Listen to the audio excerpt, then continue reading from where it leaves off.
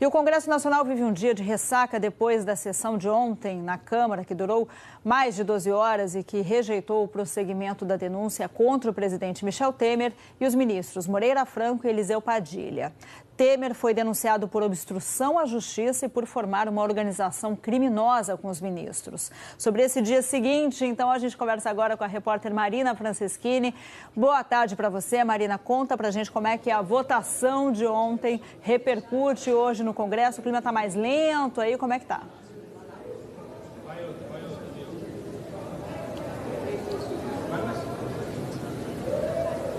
Oi, Elô, boa tarde a todos. Que nada, todo mundo agitado, olhando o mapa da votação ontem para entender o que aconteceu, por que o governo perdeu o apoio, né? Por que tantos partidos aliados recuaram no apoio ao Palácio do Planalto.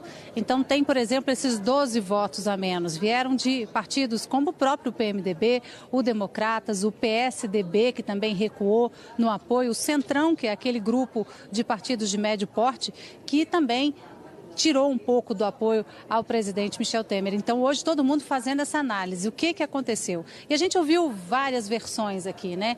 Entre elas, que o governo precisa aprender a dialogar. Precisa, por exemplo, saber que determinadas matérias, quando chegam no Congresso, elas têm que ser conversadas com antecedência, que eles acabam impondo uma agenda ao Congresso, isso dificulta a relação, faz com que muitos deputados tenham um pouco de má vontade com o Executivo. E isso não facilita em nada a aprovação de reformas. E é o que o governo quer agora, né? Passamos isso, vamos superar essa fase aí, vamos parar de olhar no retrovisor e vamos olhar para frente. As reformas, por exemplo, a reforma da Previdência, que passa a ser a pauta principal do governo da agora para frente, eles sabem que receber apoio suficiente para aprovar essa reforma da Previdência é difícil, eles vão ter que caminhar, vão ter que negociar muito para isso, porque são necessários 308 votos no mínimo em 2 turnos, isso é uma mudança na Constituição, por isso que exige um quórum de votação tão alto, mas a julgar pelo placar de ontem, foram 251 votos de apoio ao Planalto. Aí o governo se defende dizendo que tem que somar também as ausências, que somando as ausências são 270 deputados, que eles vão reconstruir a base para poder pensar nas reformas. O que a oposição acha? Que é muito difícil você falar no dia seguinte em reformas, tentar impor uma agenda positiva, porque o governo gastou toda a energia que tinha e, inclusive, prejudicou a área econômica, empenhando emendas e liberando dinheiro extra, aqueles recursos estratégicos que os parlamentares mandam lá para os municípios para poder se safar dessa segunda denúncia por organização criminosa e obstrução à justiça. E que agora, diante disso, vai faltar fôlego para poder aprovar as reformas que não tem espaço para aprovação agora em 2017. Tem a questão do PSDB, que recuou no apoio, e o pessoal da ala contrária ao Palácio do Planalto fala que falta diálogo e respeito. O vice-líder do governo, o deputado Carlos Marum, falou sobre isso também. Ele acha que tem uma turma muito boa do PSDB, mas criticou essa ala contrária ao Palácio do Planalto. Vamos dar uma olhadinha nessa repercussão, então, do dia seguinte? O grande desafio é continuar com uma agenda reformista, com uma agenda para o ajuste fiscal, no momento que o Brasil está se recuperando com bons indicadores econômicos. A justificativa de vários deputados que votaram com o presidente, ou seja, contra a denúncia, é que o país está recuperando essa economia. Então a gente precisa realmente dar continuidade a essa agenda e para isso precisa de votos no plenário. Ou seja, o presidente da República, o presidente Michel Temer, tem um grande desafio de recompor a base, mas eu defendo sinceramente que o protagonismo da Câmara seja ainda maior. Eu acho que o governo vai ter que reavaliar a sua estratégia. Desde o início se comunicou mal com a sociedade, o governo precisa criar um ambiente favorável para a aprovação dessa reforma e é preciso repactuar o texto que foi apresentado. A Previdência é importante, precisa ser discutida, mas na condição atual, esse texto, imagino que não tem apoio suficiente.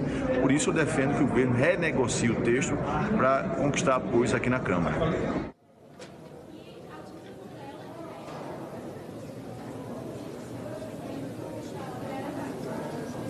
No auge da empolgação, depois dessa vitória, que não foi como o governo esperava, né, que falava até em aumentar um pouquinho o número de votos favoráveis ao Palácio do Planalto, o que aconteceu foi o contrário, o vice-líder do governo, o deputado Carlos Marum, ficou bastante conhecido agora por causa dessa dancinha que ele fez. Ele dançou comemorando, e aí hoje até ele se justificou, disse que recebeu críticas nas redes sociais pela dança, mas ele não tinha como esconder a felicidade, foi uma forma dele de mostrar que estava feliz, aliviado, porque a segunda denúncia, elaborada pelo ex-procurador-geral da República, Rodrigo Janot, tinha sido enterrada. Então, hoje ele comentou isso, disse que de fato recebeu críticas, mas não conseguiu segurar a felicidade. Vamos dar uma olhadinha nesse momento de empolgação? Tudo está no seu lugar, graças a Deus, graças a Deus. Surramos mais uma vez essa oposição que não consegue nenhuma ganhar. Pois é, Marum é da tropa de choque do governo, a gente acompanha sempre, né, a atuação dele aí na Câmara. Marina, conta pra gente agora, deixando essas comemorações aí de lado. Ontem o presidente precisou ser internado por conta de uma obstrução urológica, mas teve alta no fim da tarde. Aí mais cedo já conversei com a Marina, a previsão era de repouso. Ele está realmente mantendo a orientação médica e ficando em repouso?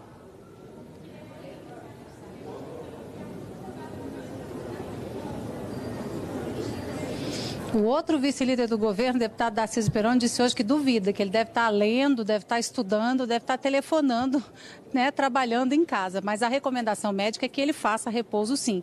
E numa rede social, ele disse que ia ficar repousando, né, para obedecer os médicos. Tinha um evento previsto para ele participar hoje cedo, ele não foi.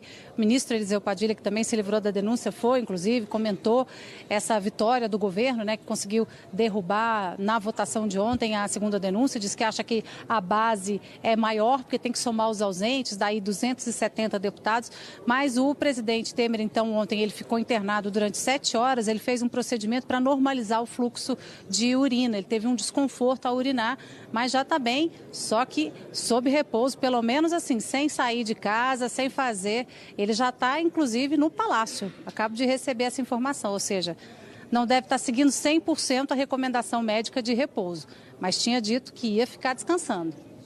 Conforme adiantou a nossa repórter Marina Franceschini. Vamos ver, ela disse isso às 7 horas da manhã, hein? Vamos ver se ele vai seguir essa recomendação médica. Bom, não está, pelo menos até agora. Obrigada, viu, Marina, pelas suas informações.